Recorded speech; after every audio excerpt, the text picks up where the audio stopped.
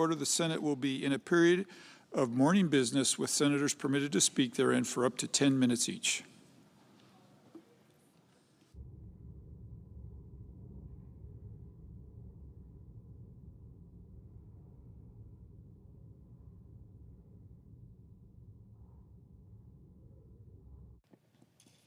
Senator from Iowa.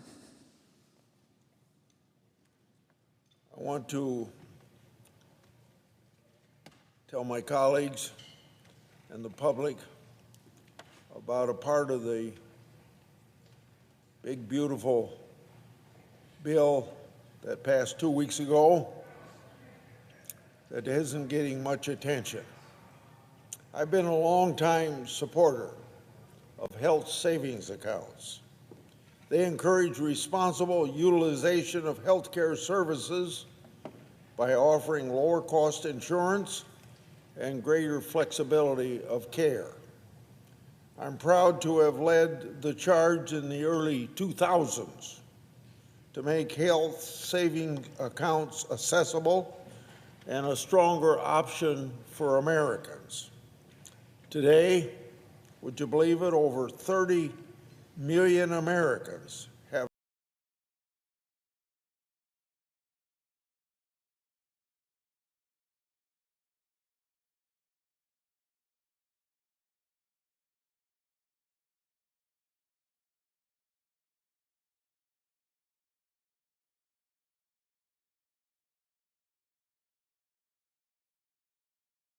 this model of care that lets patients choose a primary care provider of their choice and gain access to a suite of care options without needing to go through an insurance company's red tape.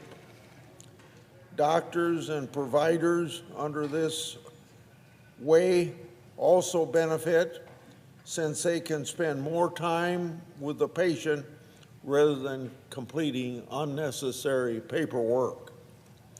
When patients have access to timely and high-quality primary care, they have better health outcomes and live longer. Prior to the law change, there were rules preventing consumers from contributing to and using a health savings account for direct primary care. Direct primary care will also improve rural health care by expanding access to physicians and other health care providers, and also expanding access to telehealth to reach patients in a more timely fashion. We also allow individuals to have purchased who have purchased a catastrophic or bronze health plan on the federal marketplace to now contribute to and use a health savings account. In addition, this will improve access and competition on the federal marketplace, and that we all know is sorely needed. I yield the floor and suggest the absence of a quorum. The clerk will call the roll.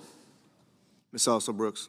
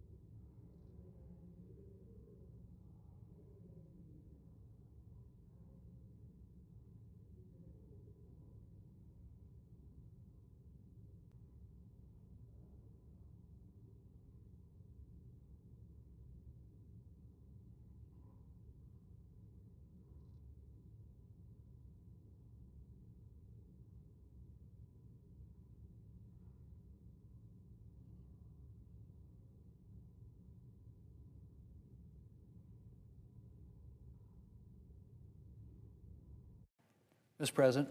Majority Leader. Mr. President, I ask unanimous consent the quorum call be suspended. Without objection. Thank you. Mr. President, yesterday marked 6 months since President Trump took office, and today is the 200th day of the Republican majority here in the United States Senate. And in that time, the Trump administration and Senate Republicans have been hard at work executing the mandate we received from the American people last November. We already have a number of accomplishments on the list. We got started by sending the Lake and Riley Act to President Trump's desk during the first week in office to keep criminal illegal immigrants off our streets. President Trump signed the Halt Fentanyl Act last Wednesday, which permanently classifies fentanyl analogs as the deadly drugs that they are. On Friday, he signed the Genius Act, a landmark bill to bring digital assets into the mainstream and secure U.S. leadership in financial innovation. And the first rescissions package in 3 decades is headed to the President for his signature. We passed measures to end 16 burdensome Biden-era regulations. We passed the Take It Down Act to combat non-consensual explicit images being shared online. And of course, 2 weeks ago, Mr. President, on the 4th of July, the President signed into law the big, beautiful bill to deliver permanent tax relief for the American people to make our country safer, stronger, and more prosperous. And Mr. President, we have additional bills coming down the pike. The Armed Services Committee under Chairman Wicker recently reported the National Defense Authorization Act for fiscal year 2026. And the Appropriations Committee under Chair Collins has reported out 4 bipartisan bills, which we will begin considering this week. I said last year that I was committed to bringing appropriations bills to the floor through regular order, and we are in the process of doing exactly that. Of course, any regular order consideration of appropriation bills is going to require cooperation from Democrats. And this week, we'll get a glimpse of where Democrats are on this issue. It was deeply disappointing to hear the Democrat leader threaten to shut down the government if Republicans dared. Mr. President, the Senate has also important work to do to confirm the President's nominees. We started out this year by confirming 21 of the President's cabinet nominees at the fastest pace in more than 2 decades. And we've kept up our focus on getting President Trump's team into place. We've now confirmed 96 civilian nominees, far outpacing where the Senate was at this point in the first Trump administration. And the only reason, frankly, Mr. President, that we're not moving faster is because of Democrats' historic, that is right, historic level of obstruction. Democrats have been forcing cloture votes for every civilian nominee, something that is without precedent. President Trump is the first president on record not to have a single civilian nominee go by unanimous consent or voice vote at this point in his presidency. The first president on record. Think about that, Mr. President. And Democrats are using this strategy even on non-controversial nominees. Almost a quarter of the nominees whose confirmation process Democrats have dragged out actually got more than 60 votes here on the Senate floor. Mr. President, the American people gave President Trump a mandate, and he deserves to have his team in place to execute that mandate for the American people. Democrats can continue to drag this process out, but Republicans are going to get these nominees confirmed. Mr. President, I yield the floor, and I suggest the absence of a quorum. The clerk will call the roll. Ms. Alsop Brooks.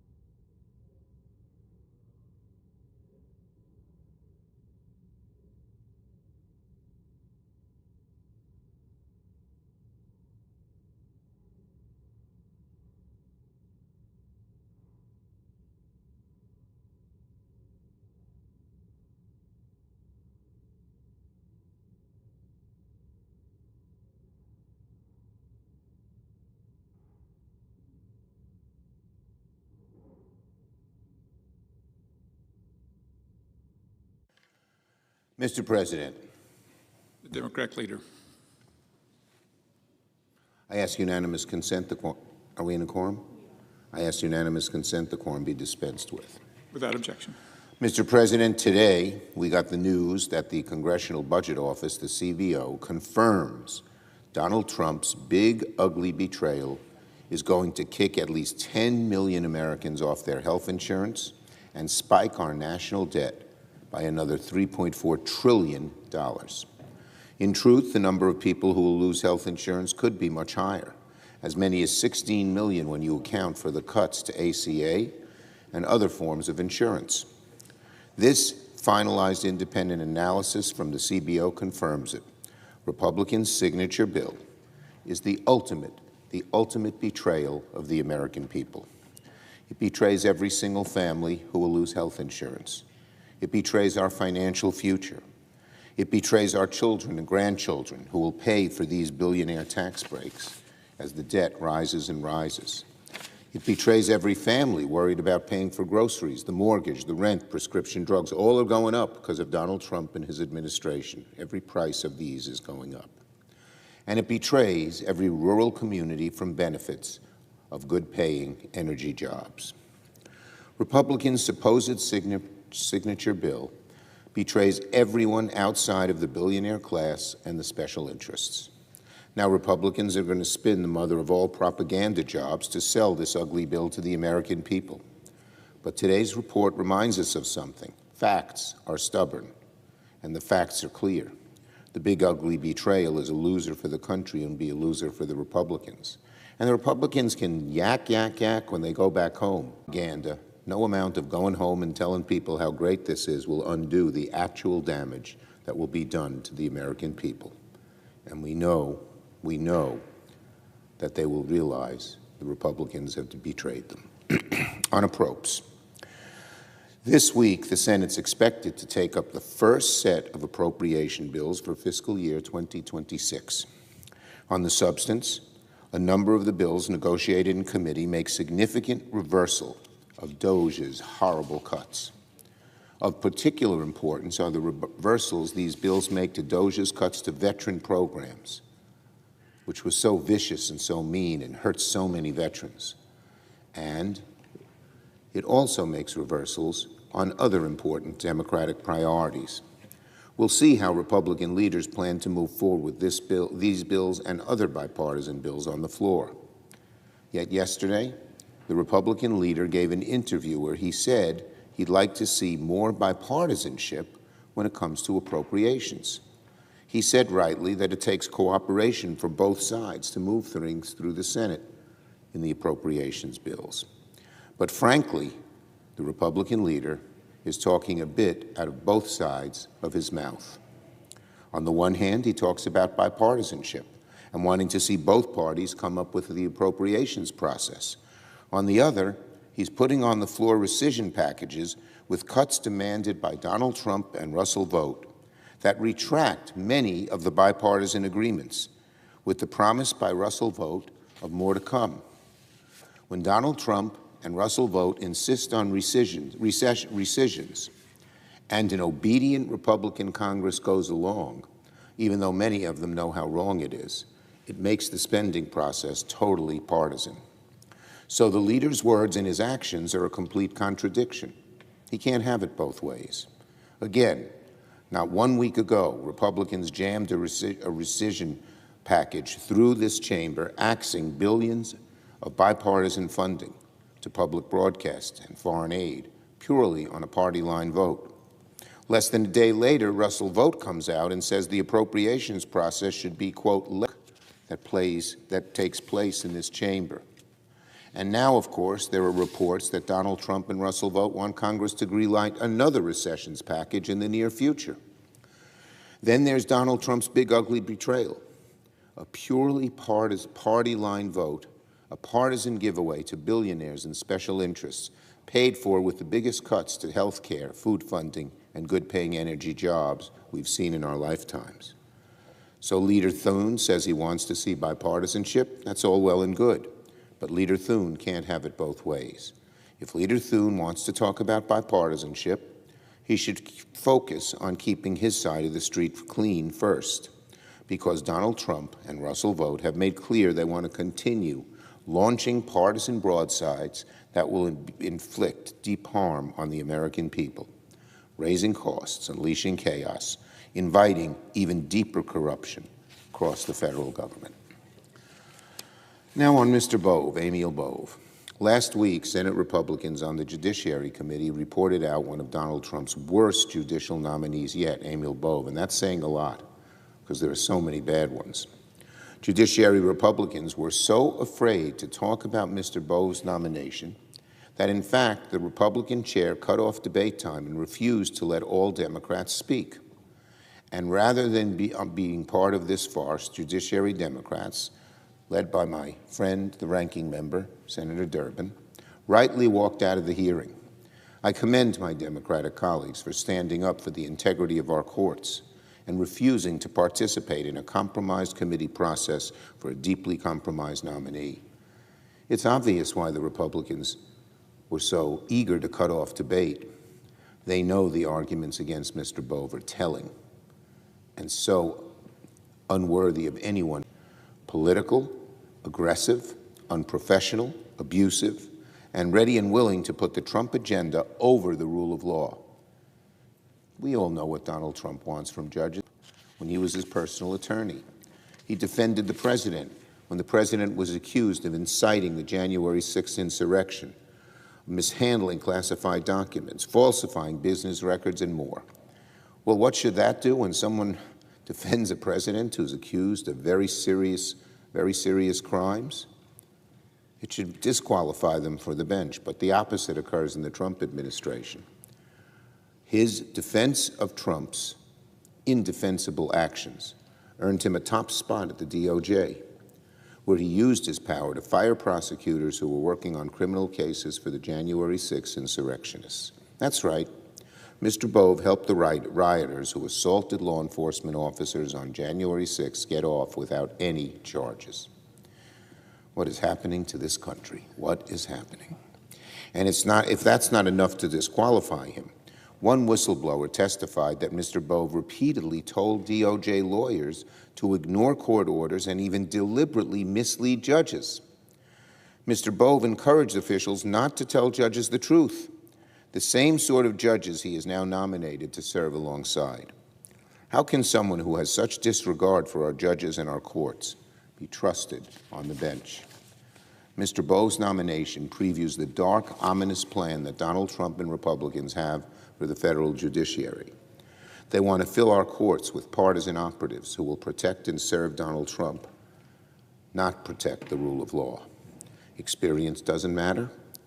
Judicial independence doesn't matter. Understanding the law and applying it without fear or favor, it doesn't matter at all. In fact, there's fear of Donald Trump among so many of the Republican nominees for judge and of so many of our Republican senators. For Donald Trump, the only thing that matters when it comes to judges is unyielding fealty to himself. We have never seen, never, such a disastrous mandate for our federal courts in all of American history. And if the Republicans proceed, the damage to our judiciary will be irreversible. Mr. Bove's nomination is an insult to every single qualified independent judge who has ever sat on the federal courts. He should never have been on NVIDIA and China. Donald Trump's trade war has created a mess for U.S. businesses. And now he's rushing to clean up that mess. NVIDIA to resume selling American H20 chips used to develop AI to China.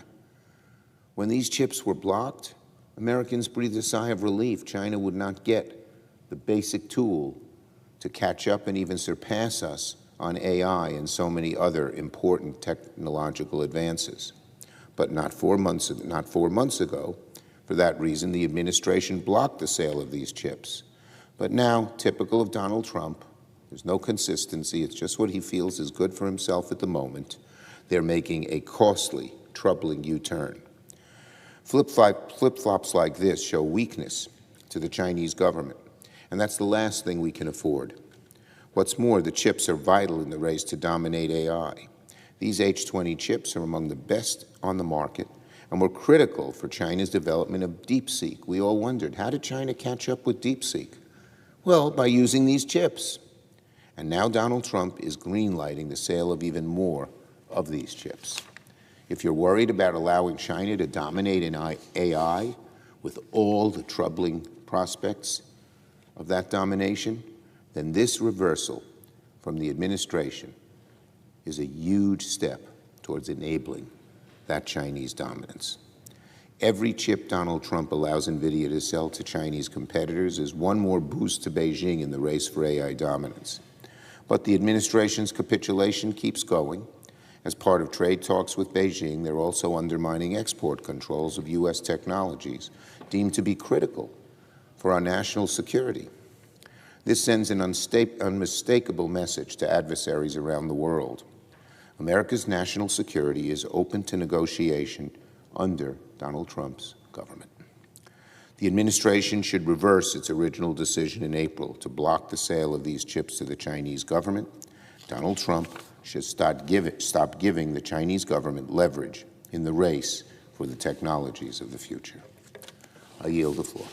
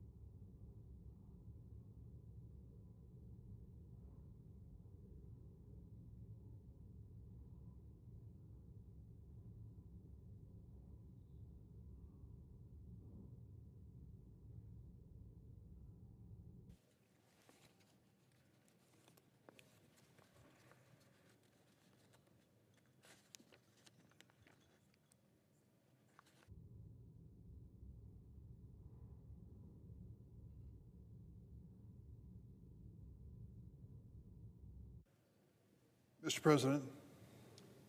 Democratic Whip. Mr. President, last week both the House and the Senate voted to pass what's known as a rescission bill.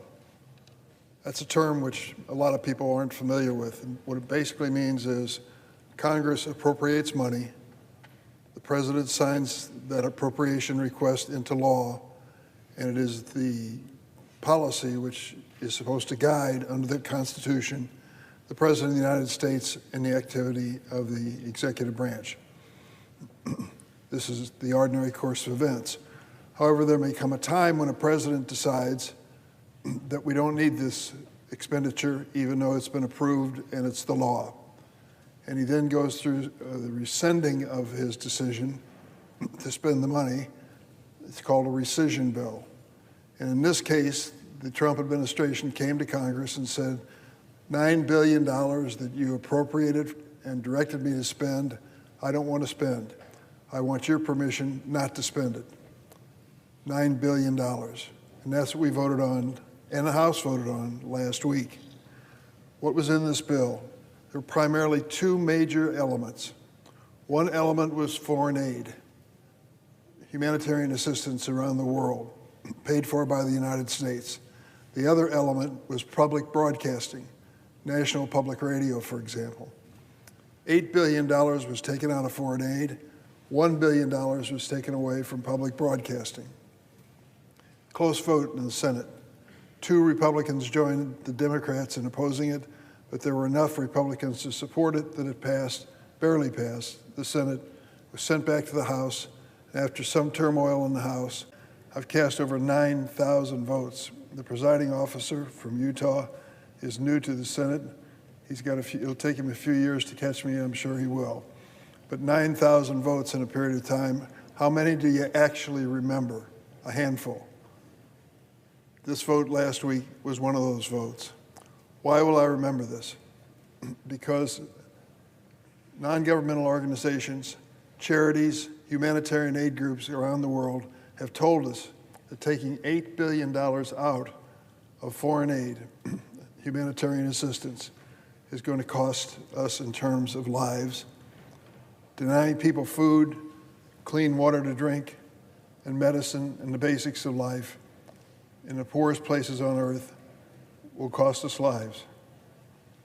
The original bill eliminated a program called PEPFAR. PEPFAR was created by a Republican president, George W. Bush. He rallied our government, Democrats and Republicans, to lead a national and international effort to stop HIV/AIDS. For example, if a mother was pregnant again and had HIV, the transmission of that disease to the baby was unfortunately very common. We started finding ways to stop it from happening. It's been many years since George W. Bush was president, but they estimate that we've saved 25 million lives with this PEPFAR program. I'm a loyal Democrat, proud of it, but happy to vote with the Republicans and George W. Bush on their program. That program was going to be eliminated by this bill that was considered. It was taken out at the last minute. That's the type of thing that was at stake in that vote. That decision by the Senate and the House, signed by President Trump over the weekend, is going to cost human lives in the poorest places on earth. I think that's a tragedy. I've been to some of those places. I made a point of going to see it and to see our programs. I remember a dusty village in India where the children were gathered around for what they called lunch. American kids would not have touched what they were being given to eat. They were basically dough balls. They were grains from the United States that was bonded together, and they ate these dough balls gleefully, happily. Prayer. They said thank you to the United States of America for the food that they were going to eat that day. They knew that was the case because it was printed on the bags, a gift to the people of America. Those programs are going to be eliminated now because of that vote last week. But there was another part of it, too, that struck me as really painful. That was the decision to eliminate the federal support for public broadcasting, national public radio, and public television. I'm a fan, and I've been a fan in a long time, so I'll confess my prejudice. But I'm also from downstate Illinois. That's the part of the state outside Chicago where the small towns and the rural areas are located. And I know what public broadcasting means to those areas. I heard firsthand an example of what it means. A lady named Heather Norman, who is with Public Broadcasting Coalition in Illinois, joined me in a press conference on Friday in front of the public radio station in the city of Chicago. And I asked her to tell me and the press that had gathered an example of why public radio was different than the other radio stations, why it was important. She gave me a very classic example. She works at the public radio station in Macomb, Illinois. Macomb is a downstate community on the western side of our state, a more sparsely populated area than people visualize when you say Chicago and Illinois. In Macomb, Illinois, is Western Illinois University. Thousands of students from all around the state and the area attend college there. A year ago, there was an active shooter in the community. They learned about it through the police notifying the radio station, and they started broadcasting to the people of Macomb to stay in their homes, to shelter in place. Don't go outside until we control the situation. We'll wait for the police signal. Well, there was a lot at stake. We've seen a lot of our campuses and universities where deranged people take a gun and kill innocent students right and left, and we didn't want that to happen again. And so the public broadcasting station, the NPR station, kept the broadcast going all day long to notify the people of Macomb and that McDonough County area of the danger and to warn them to stay home. You say to yourself, well, I'll bet the other radio stations did too. They didn't. Why didn't they do it? Because the 4 other send out local news because there was no one there to send it. It was a public broadcasting station, the public radio station that kept the people of Macomb and McDonough County safe. So to say that you can eliminate that station and it won't make any difference, whether the warning is about an active shooter, about a tornado, a flood, a flash fire, public broadcasting is there on the scene doing their job day in and day out. Now, what's going to happen with this decision by the Trump administration to eliminate federal support for these stations? I don't know. I asked Heather. She said there are probably 2 stations in our state, at least 2, that'll go out of business. They depend so much on the help from Washington. That's a loss. Whether you're conservative or liberal, MAGA or progressive, whatever you want to call yourself, how could you want an America with less information, fewer choices for sources of that information? The strength of our democracy is the fact that the American people have access to good, credible information and make up their own minds. They don't wait to be told, they make up their own minds. That's the key to the core of democracy. And we attacked it last week when we eliminated support for public broadcasting. I don't know what's going to happen next. A lot of people have to think about this. And I've said to the people who govern public broadcasting and public television and public radio, you'll have to think of a plan B, because this president wants to put you out of business. You can't do what some law firms have done that he got mad at. He got mad at the law firms and threatened to cut off their federal business. What did they do? They sued for peace immediately. They said, what can we do? Can we give you thousands and maybe hundreds of thousands of free legal services? When that intimidation is in place, some of them turn to that as an alternative. But a public broadcasting station cannot do that and maintain its credibility.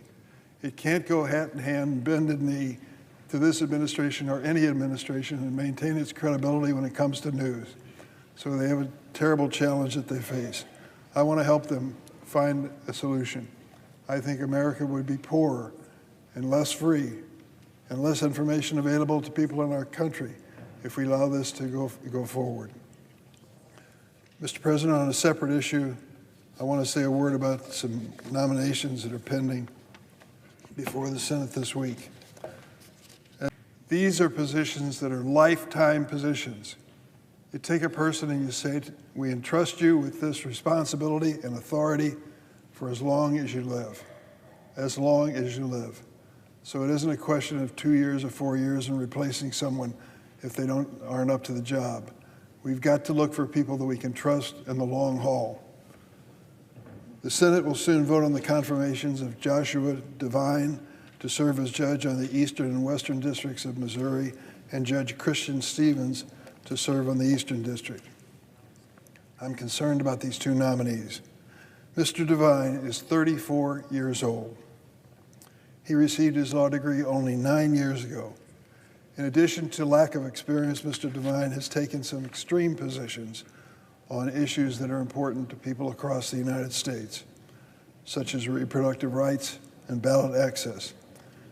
Mr. Devine, if you can believe this, in this day and age, 2025, has argued in favor of literacy tests at the ballot box.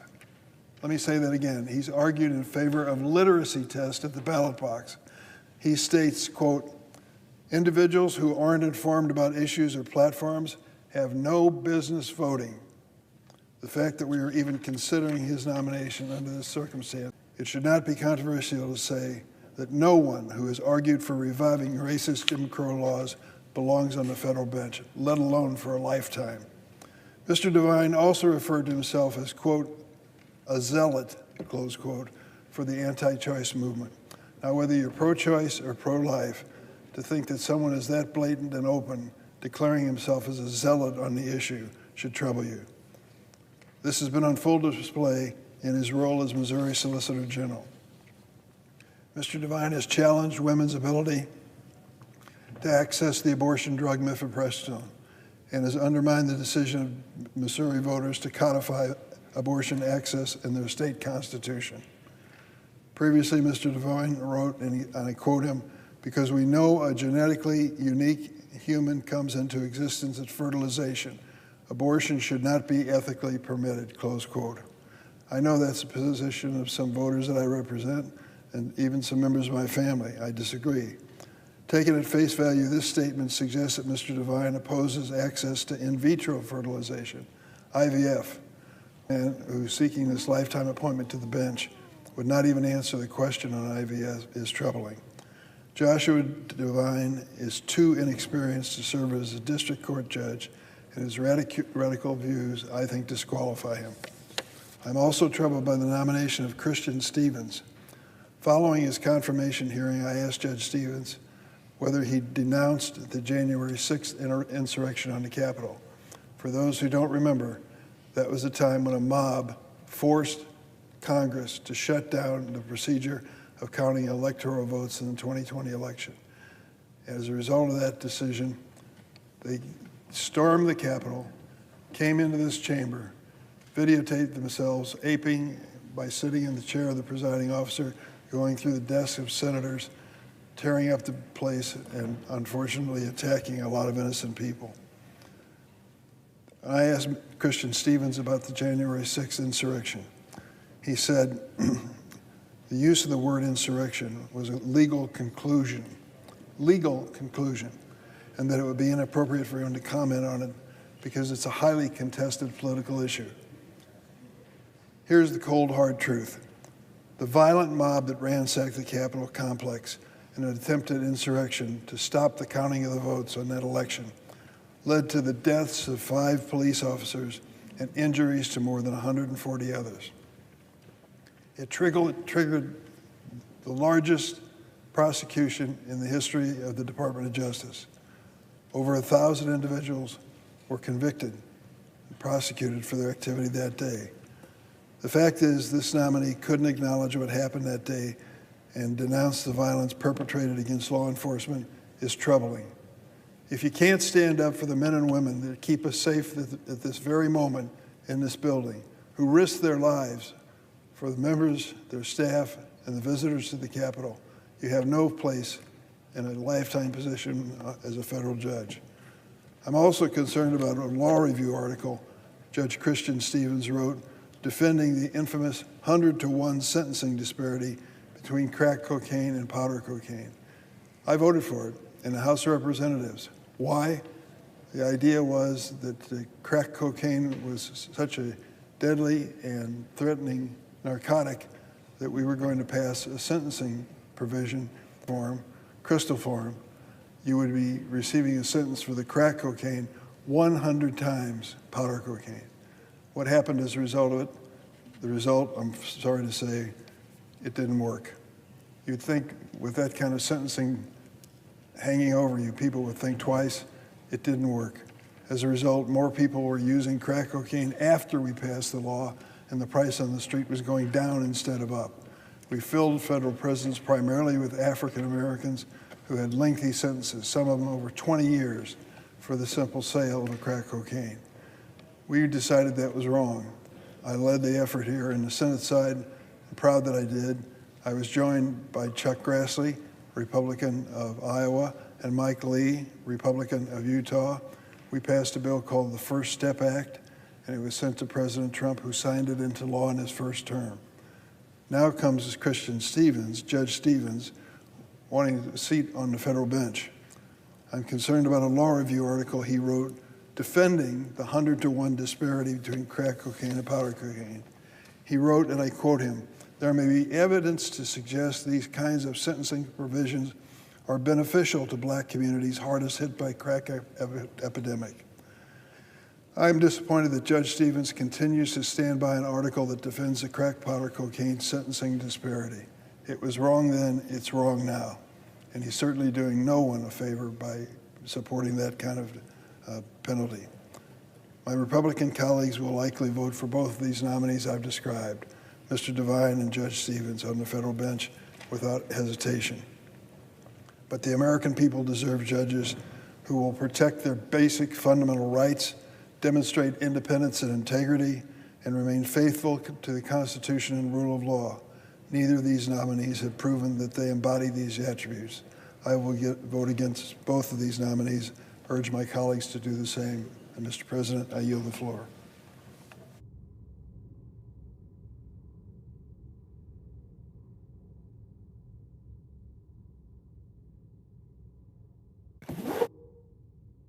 President. Senator from Texas.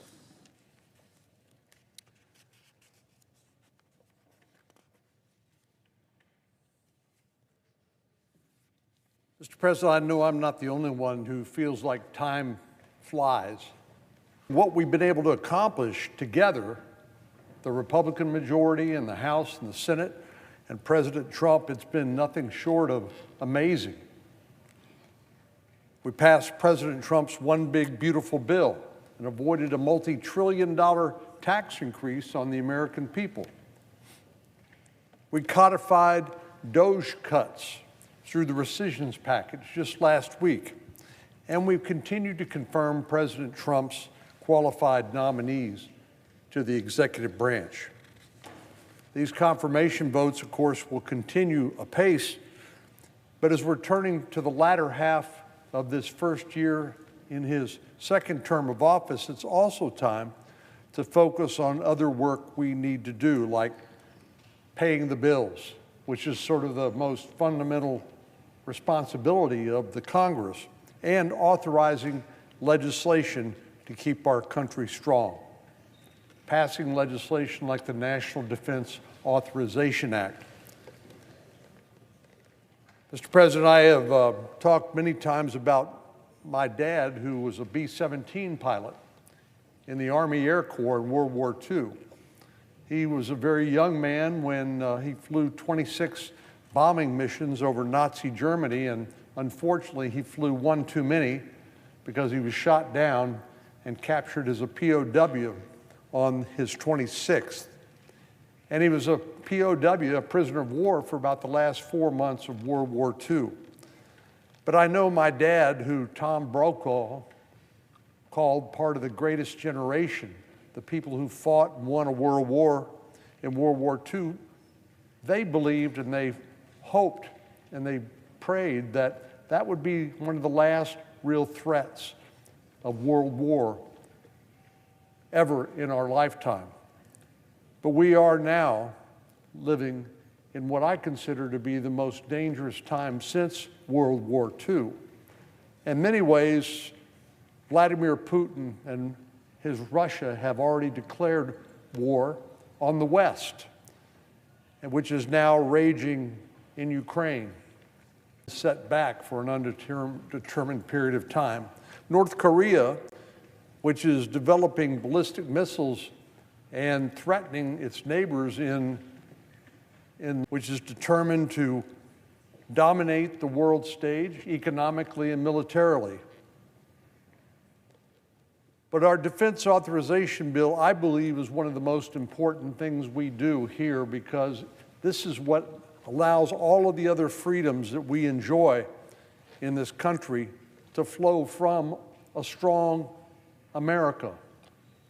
Peace through strength, as Ronald Reagan called it, and something that President Trump has embraced as well. Peace through strength, because we know that weakness is a provocation. It's an enticement.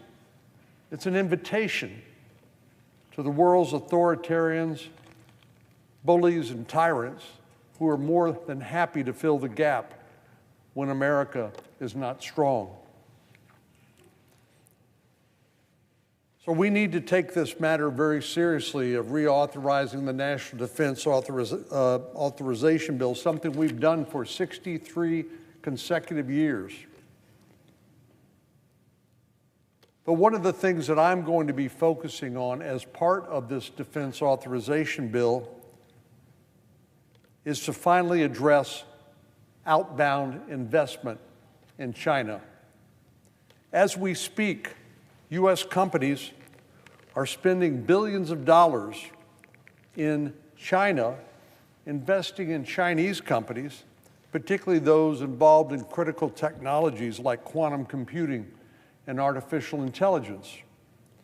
Because of China's military-civilian fusion, there is no such thing as a private sector and a public sector. Everything in China works toward the advancement not only of their economy, but of their military as well. We know these investments are not simply enriching China's economy and fueling advances in consumer technology. They are directly bolstering Chinese military strength. Now, I've been raising alarm bells for a number of years now and working toward a solution to this critical strategic concern for a long time, and I have something to announce to my colleagues here. I'm not going to give up. We're going to stay after this until we get it done right. 2 years ago, which contained provisions on outbound investment transparency. Even in the face of such overwhelming, nearly unanimous consensus, again, on a bipartisan basis in the Senate to address outbound investment, this provision was stripped from the final bill, presumably at the service of the powerful special interests who want to continue to profit while putting our national security interests at risk. Last year, provisions of outbound investment transparency were included in the initial text of the end-of-year funding package. Unfortunately, in the midst of negotiations, that provision once again ended up stripped from the bill. But again, I want to make it clear, I'm not willing to take no for an answer on something that is so critical to our national security. I will not quit. But the reality is our time is running out. President Xi, the dictator who runs China and the Chinese Communist Party, has instructed his army, the People's Liberation Army, to be ready by 2027 to reincorporate Taiwan, not 2 years from now. Now, there are many voices emphasizing the importance of increasing our defense spending, which I certainly agree with, to prepare for a China contingency, as it's sometimes called. And I don't disagree with those sentiments, because again, deterrence is the goal. We don't want to fight any wars. We don't have to. We want to prevent war by American strength.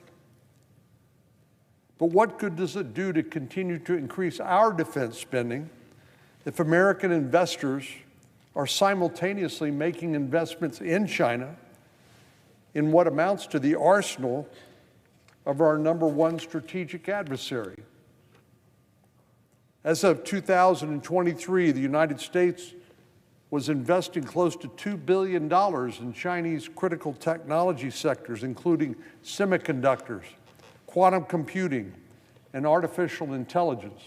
These are American companies investing in China, helping them to advance these critical technologies, which we are competing with here in America.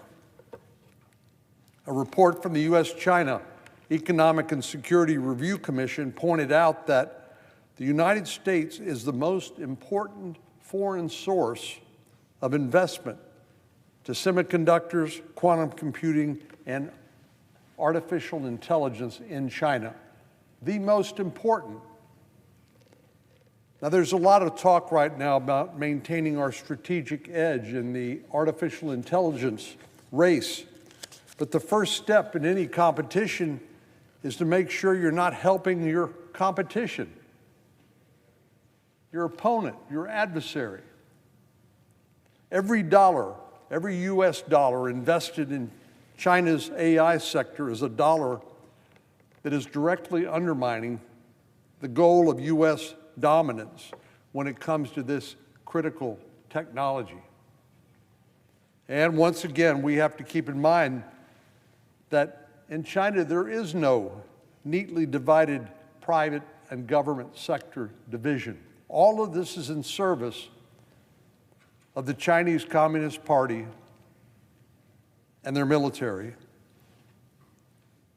Chinese companies are required to work hand in glove with the Chinese Communist Party, which means that private sector technology advances and military advances are one and the same.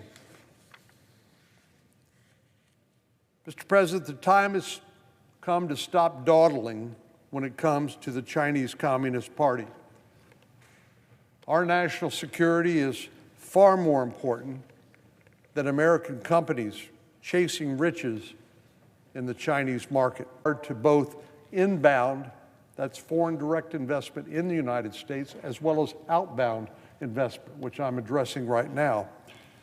Back in February this year, the White House announced an American First investment policy, which builds on the work that we partnered with President Trump during his first term to modernize the Committee on Foreign Investment in the United States, something known as CFIUS by its initials.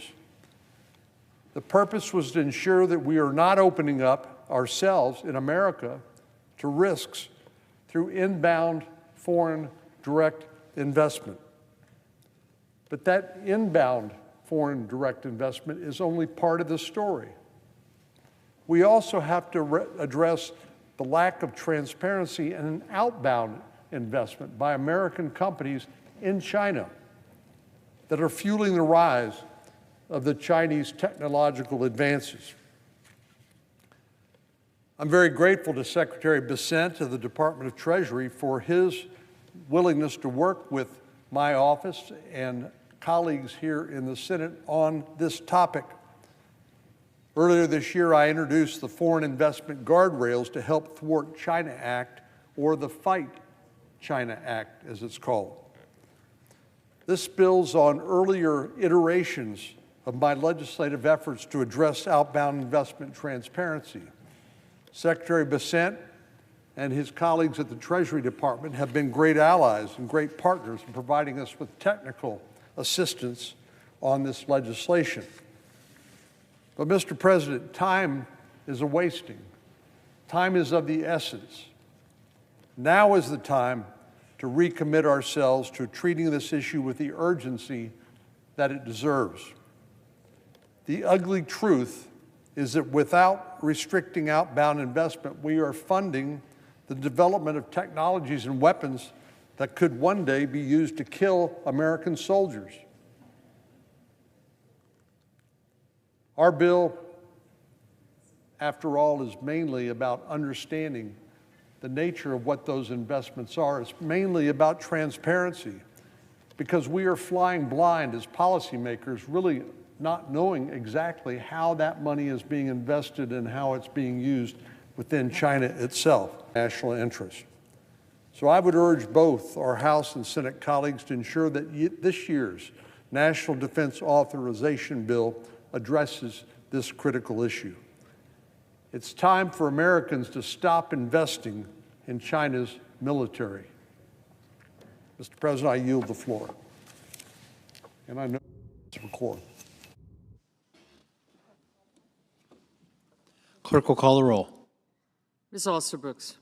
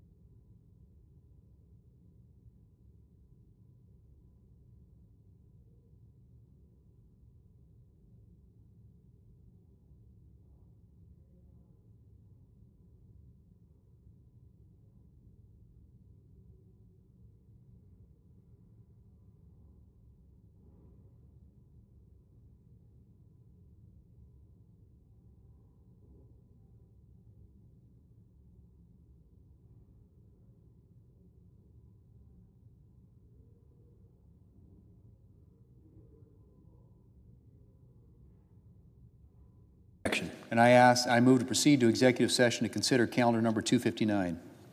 Questions on the motion? All in favor say aye. Aye. All opposed, no. The ayes appear to have it. The ayes do have it. The motion is agreed to. The clerk will report the nomination. Nomination, the Judiciary, Zachary M. Bluestone of Missouri to be United States District Judge for the Eastern District. Mr. President, I send a cloture motion to the desk. The clerk will report. Cloture motion, we, the undersigned senators, in accordance with the provisions of Rule 22 of the Standing Rules of the Senate, do hereby move to bring to a closed debate on the nomination of Zachary M. Bluestone of Missouri to be United States District Judge for the Eastern District of Missouri, signed by 17 senators as follows. Mr. President, I ask consent to reading the names be waived. Without objection. And I move to proceed to legislative session. The questions on the motion. All in favor say aye. Aye. All opposed, no. The ayes appear to have it. The ayes have it. The motion is agreed to. Mr. President, I move to proceed to executive session to consider calendar number 50. The questions on the motion. All in favor say aye. Aye. All opposed, no. The ayes appear to have it. The ayes have it. The motion is agreed to. Clerk will report the nomination. Nomination, Environmental Protection Agency, Aaron Zabo of Virginia to be an Assistant Administrator. Mr. President, I send a cloture motion to the desk. The clerk will report. Cloture motion, we, the undersigned senators, in accordance with the provisions of Rule 22 of the Standing Rules of the Senate, do hereby move to bring to a closed debate on the nomination of Aaron Zabo of Virginia to be an Assistant Administrator of the Environmental Protection Agency, signed by 17 senators as follows. Mr. President, I ask consent to read the names be waived. Without objection. And I move to proceed to legislative session. Questions on the motion? All in favor say aye. Aye. All opposed, no. The ayes appear to have it. The ayes have it. The motion is agreed to. Mr. President, I move to proceed to executive session and consider calendar number 131. Questions on the motion? All in favor say aye. Aye. All opposed say no. The ayes appear to have it. The ayes have it. The motion is agreed to. The clerk will report the nomination.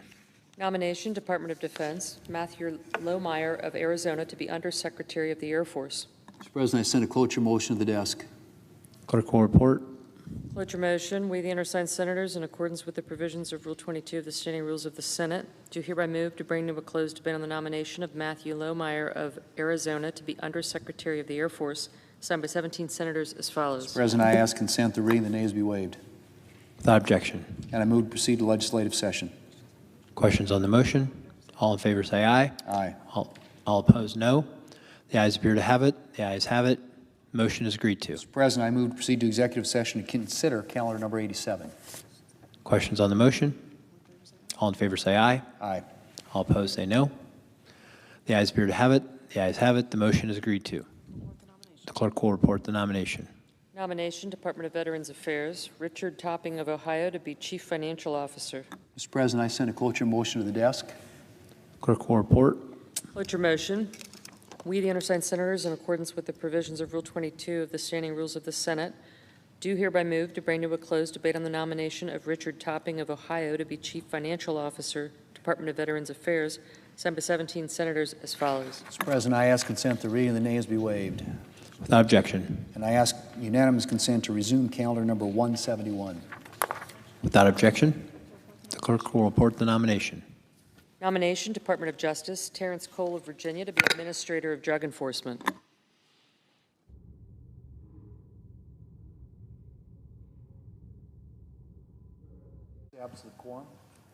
The clerk will call the roll. Ms. Alsobrooks.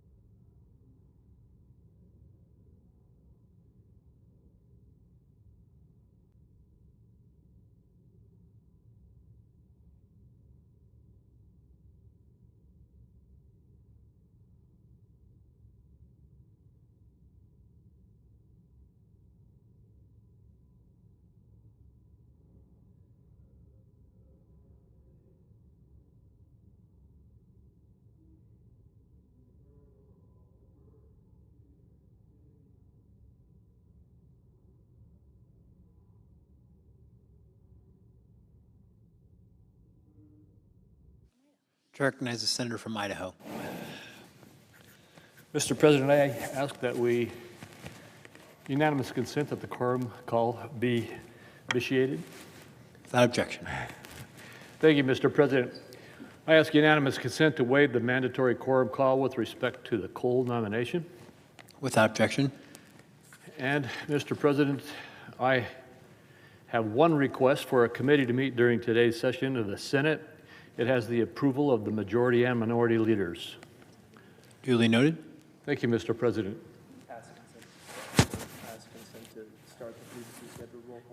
I ask unanimous consent that we begin the previously scheduled roll call vote immediately. Without objection. The clerk will report the motion to invoke cloture. Cloture motion, we, the undersigned senators, in accordance with the provisions of Rule 22 of the Standing Rules of the Senate, do hereby move to bring to a close debate on the nomination of Terrence Cole of Virginia to be Administrator of Drug Enforcement, signed by 17 senators. Under the previous order, the mandatory quorum call under Rule 22 has been waived. The question is it the sense of the Senate that the debate on the nomination of Terrence Cole of Virginia to be Administrator of Drug Enforcement shall be brought to a close? The yeas and nays are mandatory under the rule. The clerk will call the roll. Ms. Also Brooks, Ms. Baldwin, Mr. Banks, Mr. Barrasso, Mr. Bennett, Mrs. Blackburn, Mr. Blumenthal, Ms. Blunt Rochester, Mr. Booker, Mr. Bozeman, Mrs. Britt, Mr. Budd, Ms. Cantwell, Mrs. Capito, Mr. Cassidy, Ms. Collins, Mr. Coons, Mr. Cornyn, Ms. Cortez Masto, Mr. Cotton, Mr. Kramer, Mr. Crapo.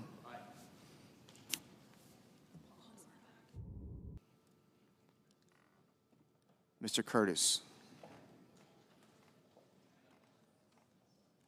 Mr. Daines.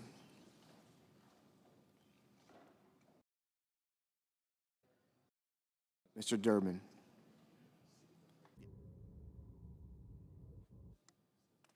Ms. Ernst. Mr. Fetterman.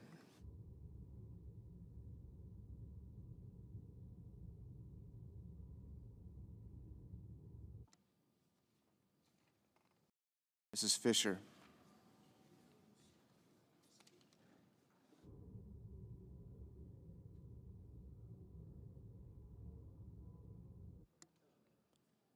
Mr. Gallego.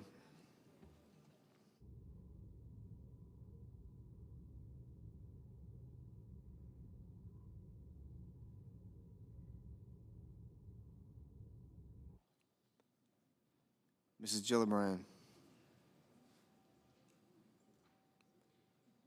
Mr. Graham. Mr. Grassley.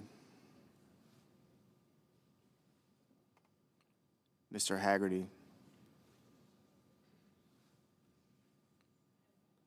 Ms. Hassan.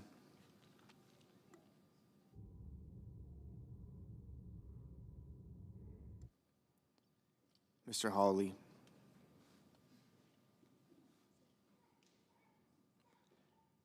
Mr. Heinrich.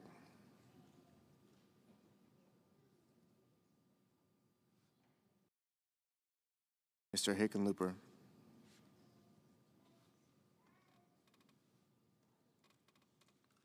Ms. Hirono.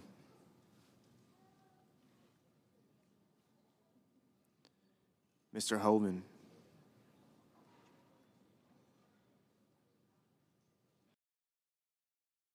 Mr. Husted. Yes.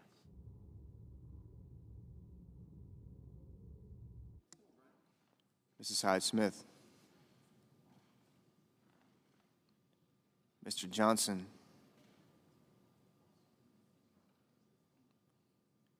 Mr. Justice.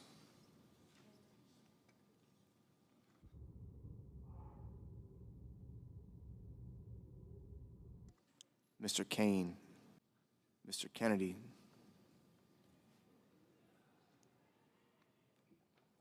Mr. Kim.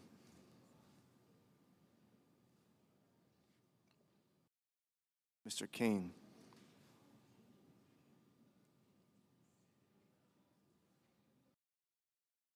Ms. Klobuchar.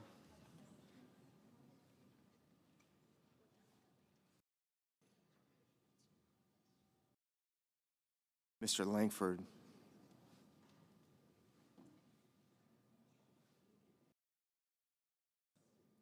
Mr. Lee,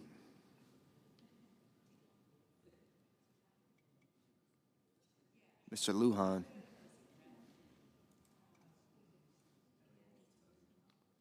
Ms. Lummis,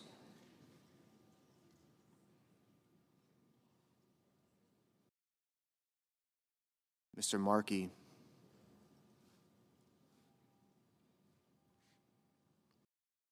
Mr. Marshall,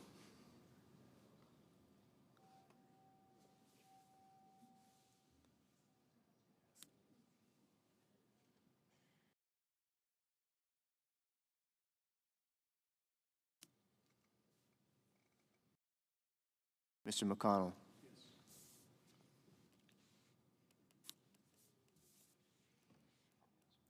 Mr. McCormick, Mr. Merkley, Mrs. Moody, Mr. Moran, Mr. Moreno, Mr. Mullen,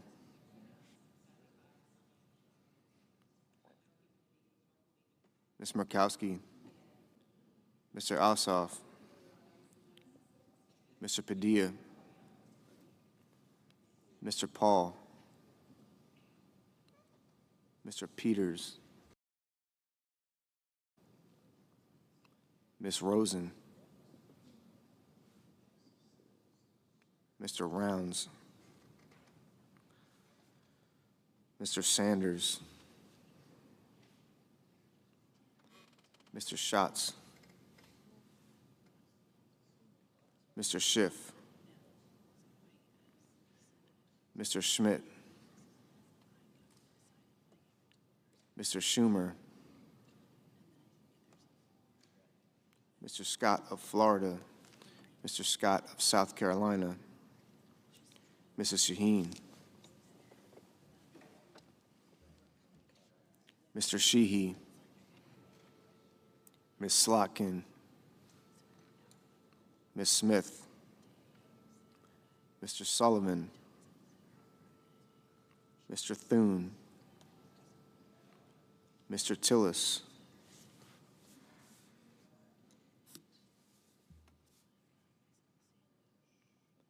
Mr. Tuberville, Mr. Van Hollen, Mr. Warner, Mr. Warnock, Ms. Warren, Mr. Welch, Mr. Whitehouse, Mr. Wicker,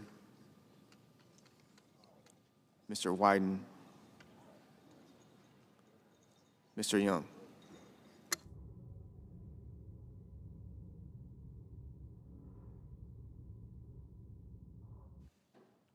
Senators voting in the affirmative: Bozeman, Capito, Crapo, Husted, Moran, Paul, Tuberville. Senators voting in the negative: Gallego, Sanders, and Slotkin.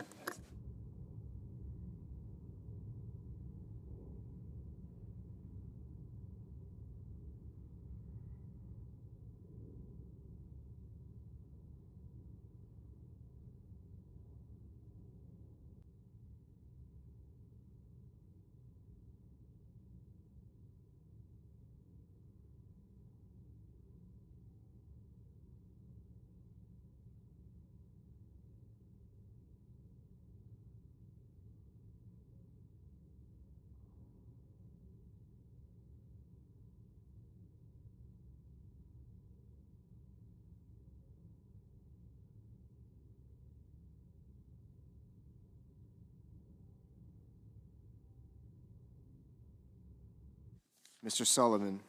Mr. Sullivan, aye.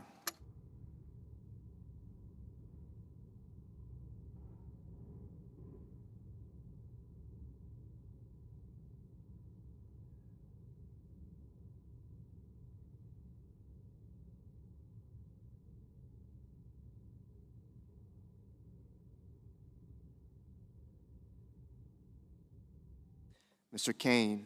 Mr. Kane. No.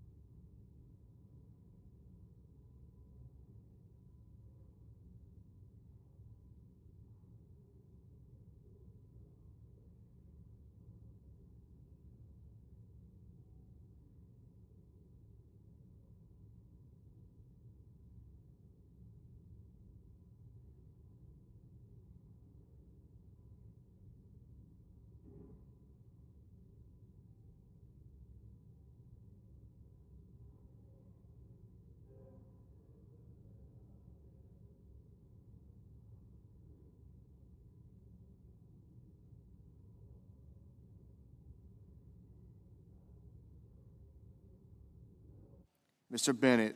Mr. Bennett. No. Mrs. Fisher. Mrs. Fisher. Aye. Ms. Ernst. Ms. Ernst. Aye.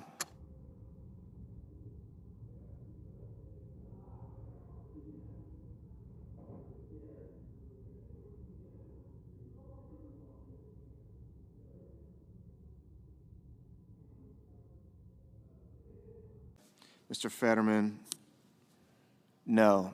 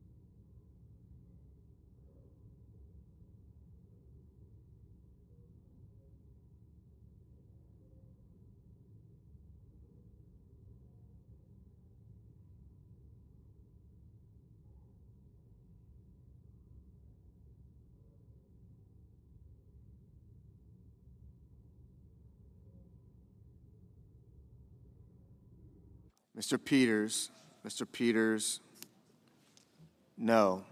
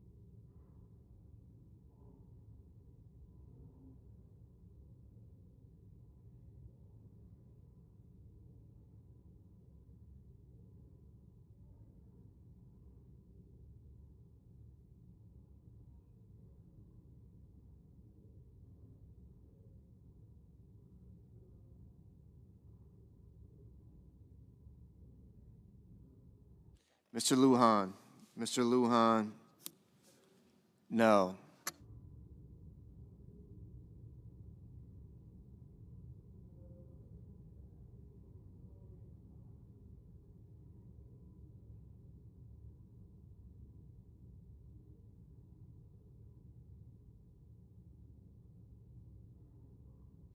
Mrs. Shaheen, Mrs. Shaheen, no. Mrs. Britt, aye.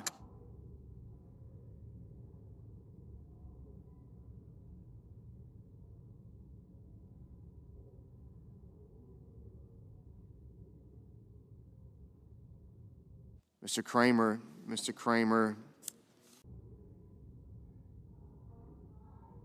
Ms.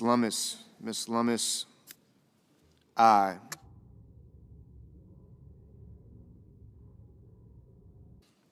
No. Mr. Blumenthal, no. Mr. Scott of Florida, aye.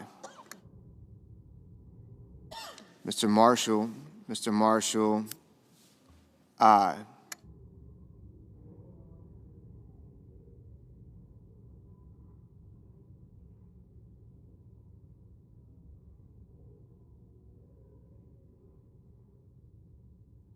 Mr. Reed,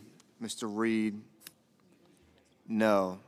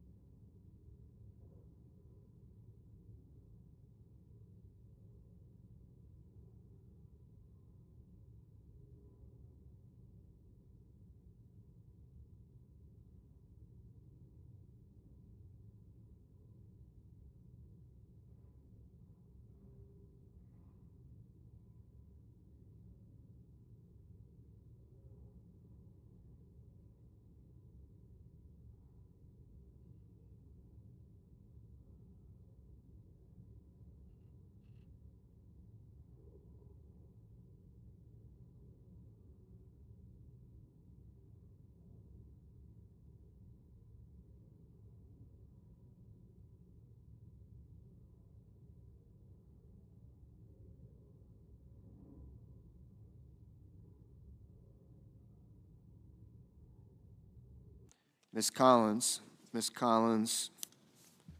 aye.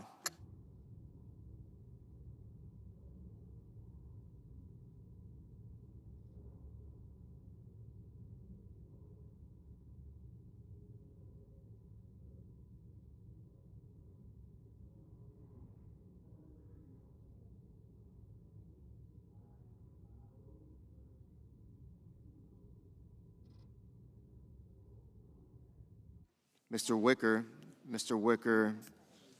aye. Mr. Padilla, no.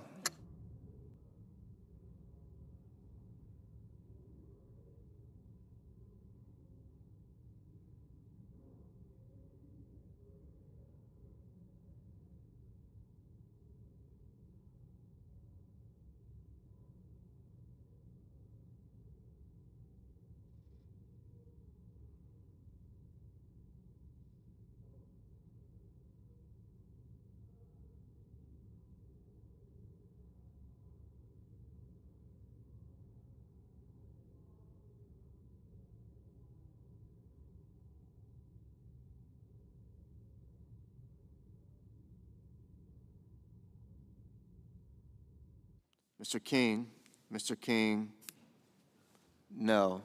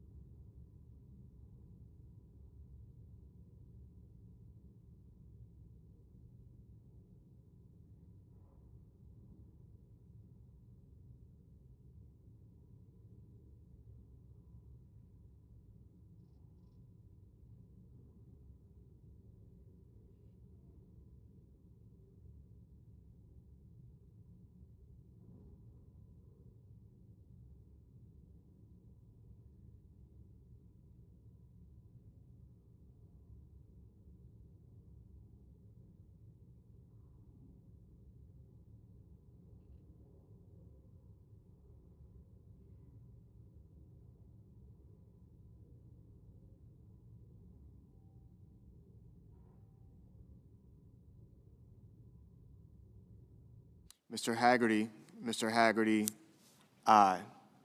Ms. Blunt Rochester, no.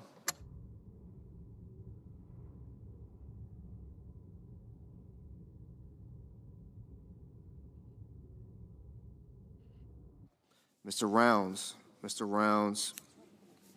aye.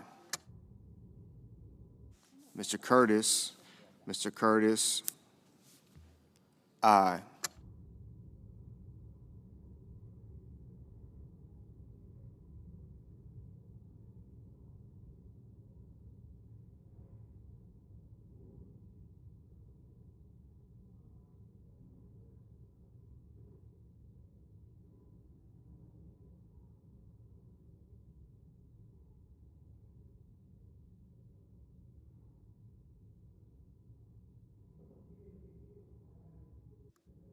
Mr. Van Hollen, no.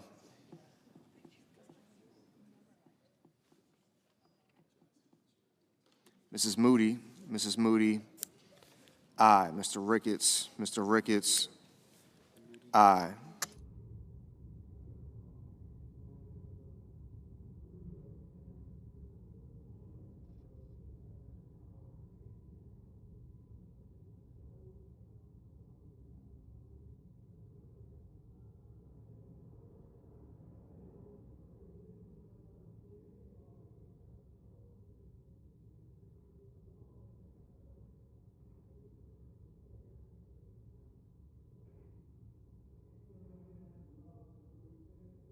Mr. Cotton,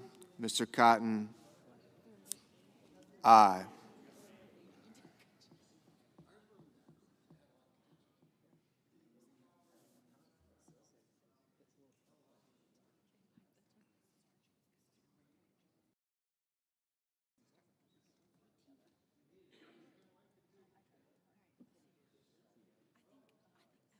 Mr. Barrasso, aye. Ms. Rosen, No.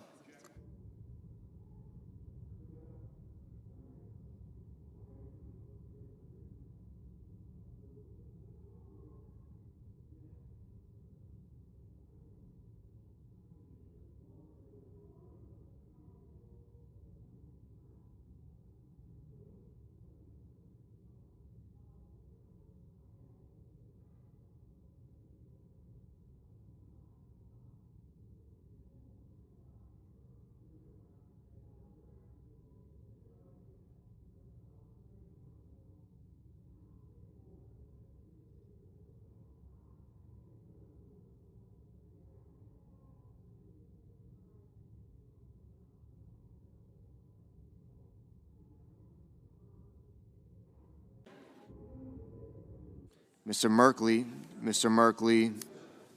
no.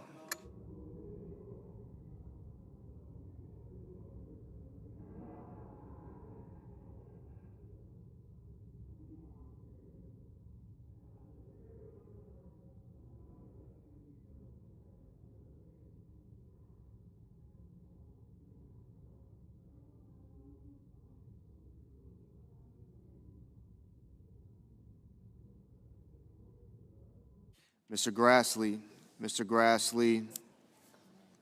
aye.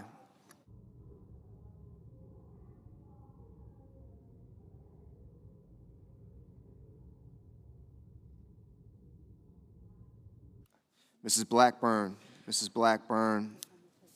aye. Ms. Cortez Masto, no. Mr. Daines, aye. Mr. Langford, aye. Mr. Wyden, no.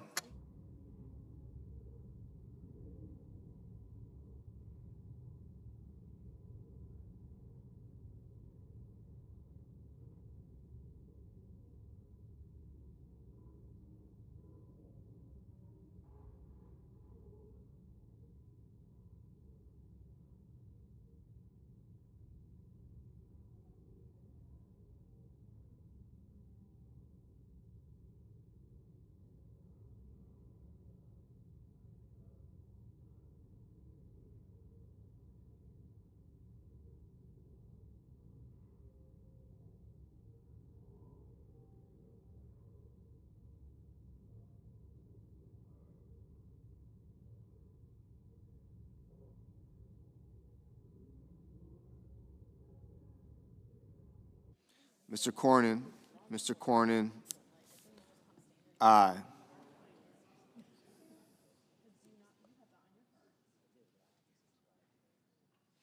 Ms. Smith,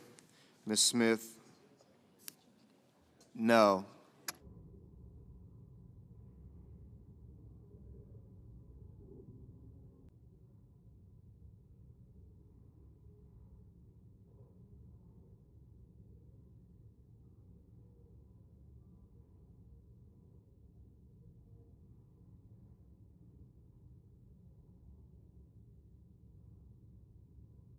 Ms. Klobuchar, no.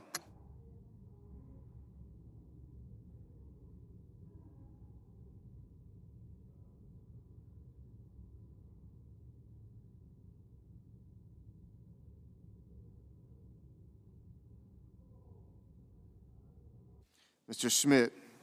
Schmidt, aye.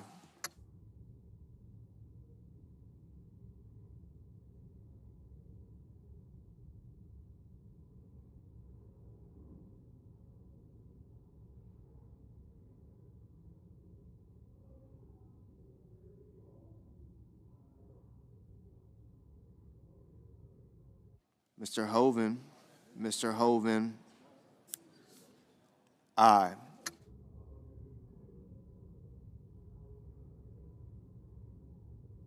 Mr. Scott of South Carolina, aye.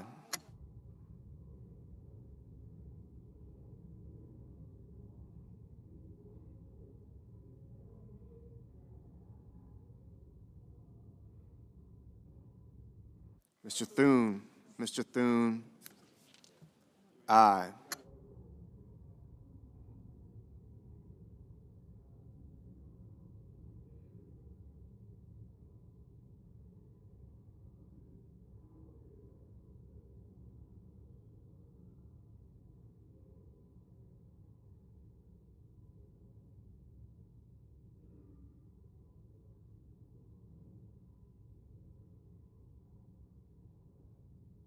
Mr. Lee.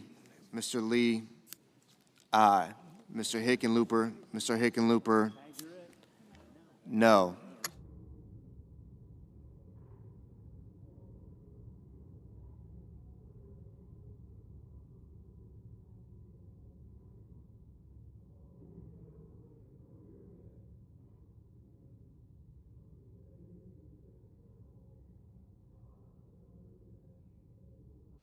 Mr.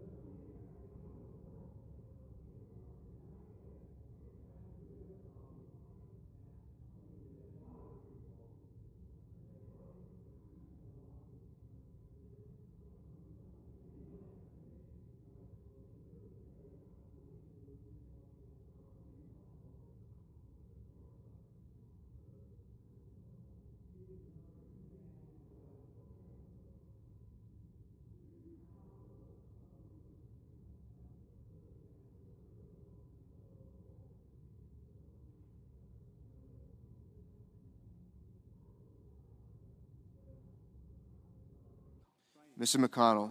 Mr. McConnell. Aye. Ms. Hirono. Ms. Hirono. No. Mr. Murphy. Mr. Murphy. No.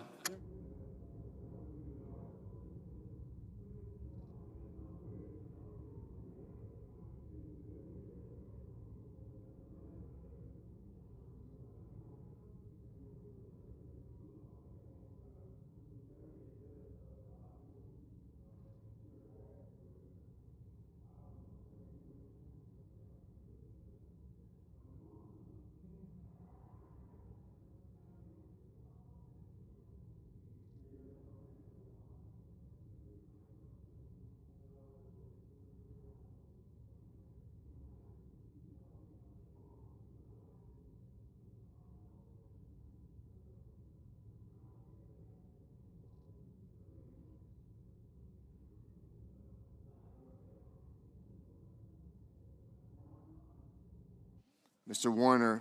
Mr. Warner. No.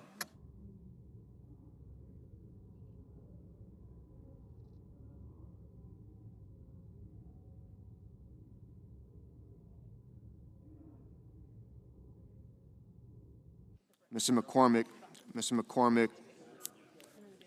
Aye.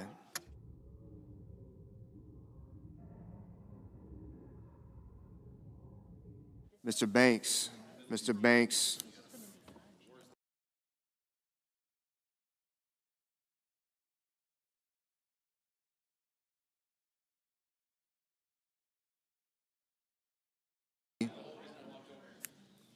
Aye.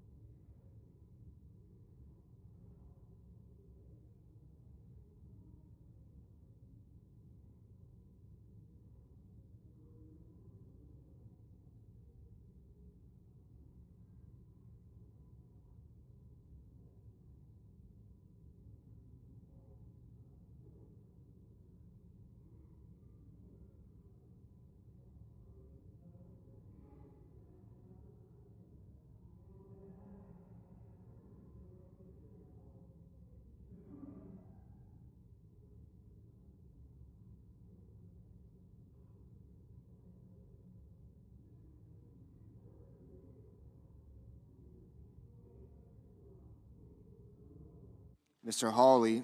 Mr. Hawley. Aye.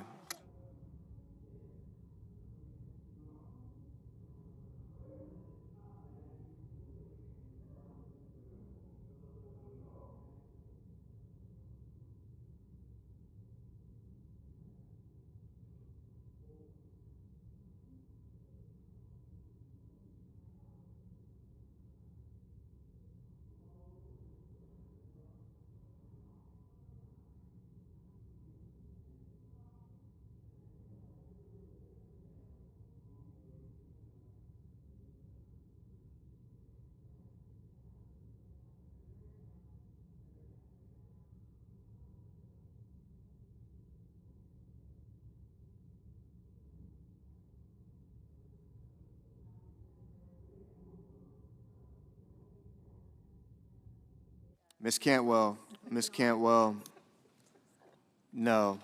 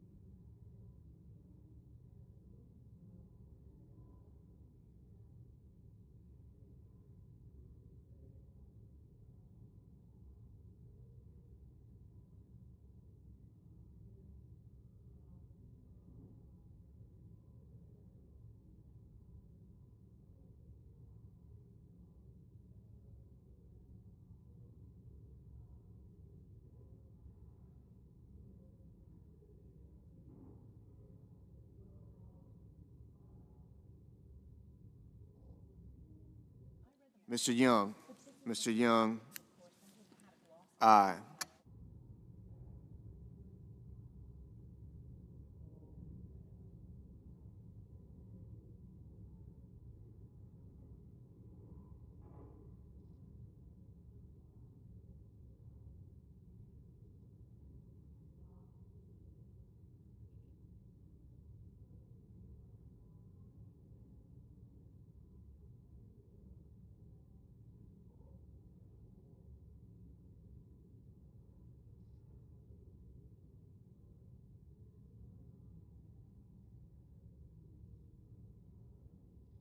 Mr. Schiff, Mr. Schiff,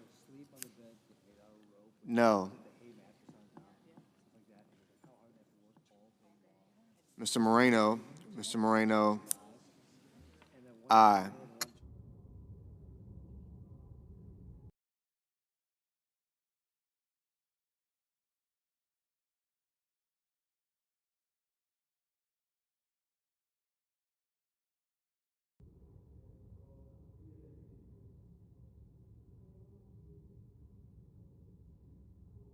Ms. Also Brooks, Ms. Also Brooks, no. Mr. Kelly,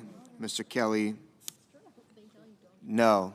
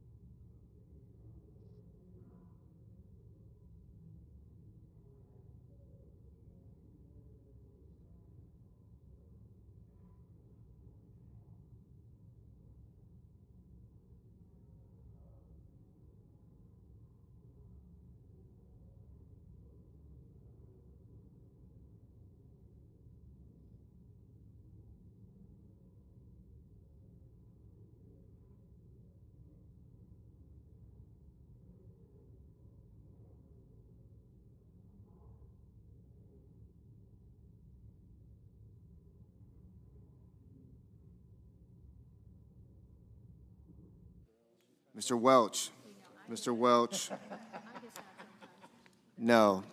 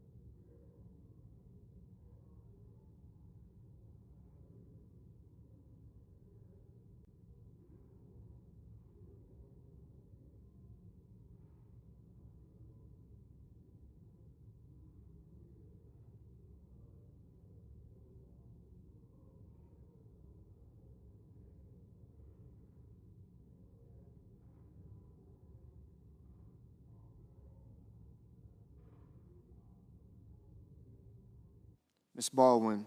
Ms. Baldwin. No.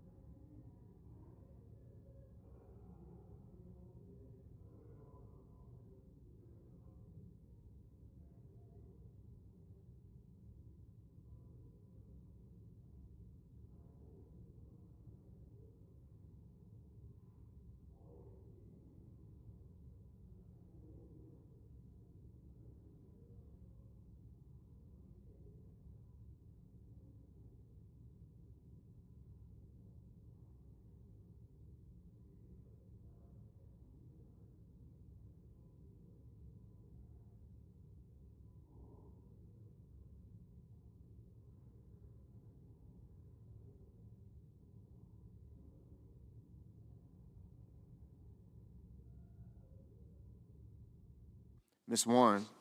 Ms. Warren. No.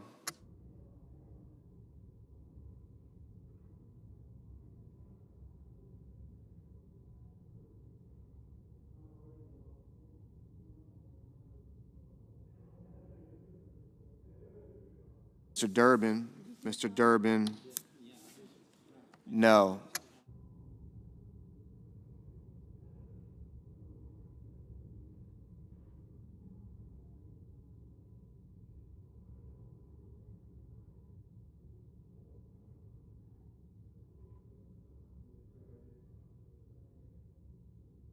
Mr. Schumer. Mr. Schumer. No. Mr. Booker. Mr. Booker. No.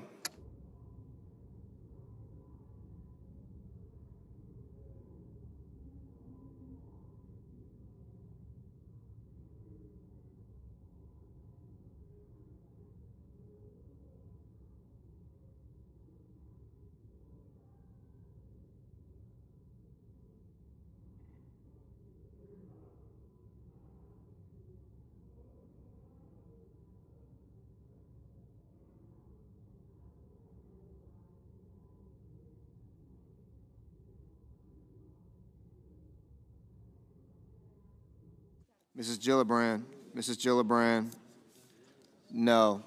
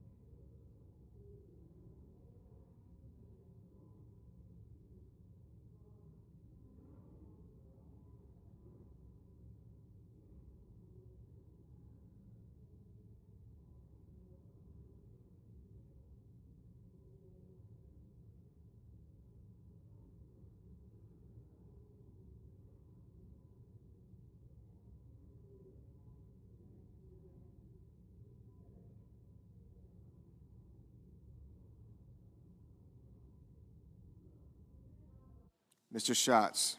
Mr. Schatz. No.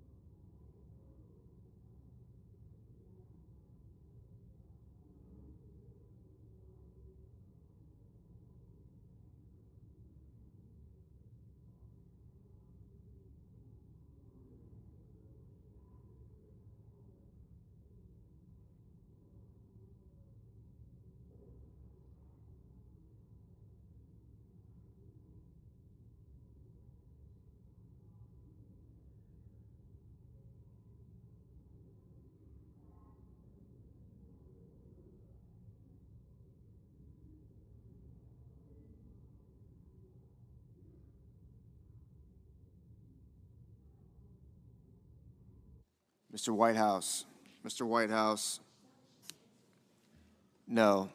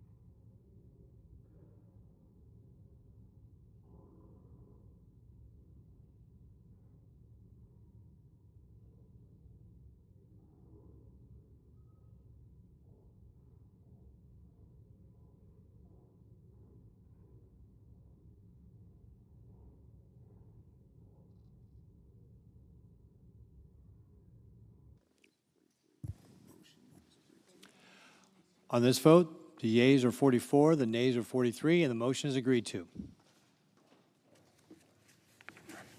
Did that look good? Just a quick look at it, look good? Okay. Majority Leader. Thank you, Mr. President. Mr. President, I ask unanimous consent that the Senate resume legislative session and be in a period of morning business with senators permitted to speak therein for up to 10 minutes each. Without objection. Mr. President, I ask unanimous consent that the Committee on the Judiciary be discharged from further consideration. The Senate now proceed to S-Res 276. The clerk will report. SRES 276, designating June 12, 2025 as Women Veterans Appreciation Day. Is there objection to proceeding to the measure?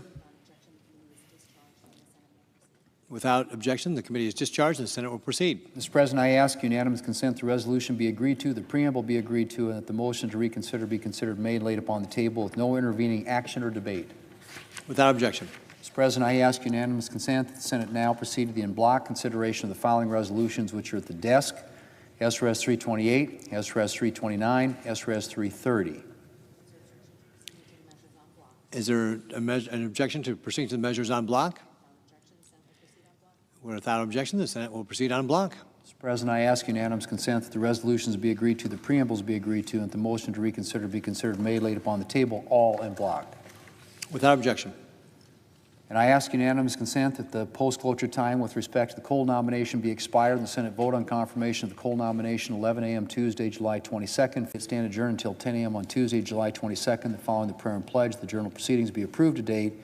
The morning hour be deemed expired. The time for the two leaders be reserved for their use later in the day. Morning business be closed, and the Senate resume consideration. Time to be determined by the majority leader in consultation with the Democratic leader. Without objection, so ordered. Mr. President, for the information, the Senate will have 3 votes starting at 11 a.m. tomorrow. Confirmation of the Cole, Devine, and Stevens nominations. If there's no further business to come before the Senate, I ask that it stand adjourned under the previous order. The Senate stands adjourned until 10 a.m. tomorrow.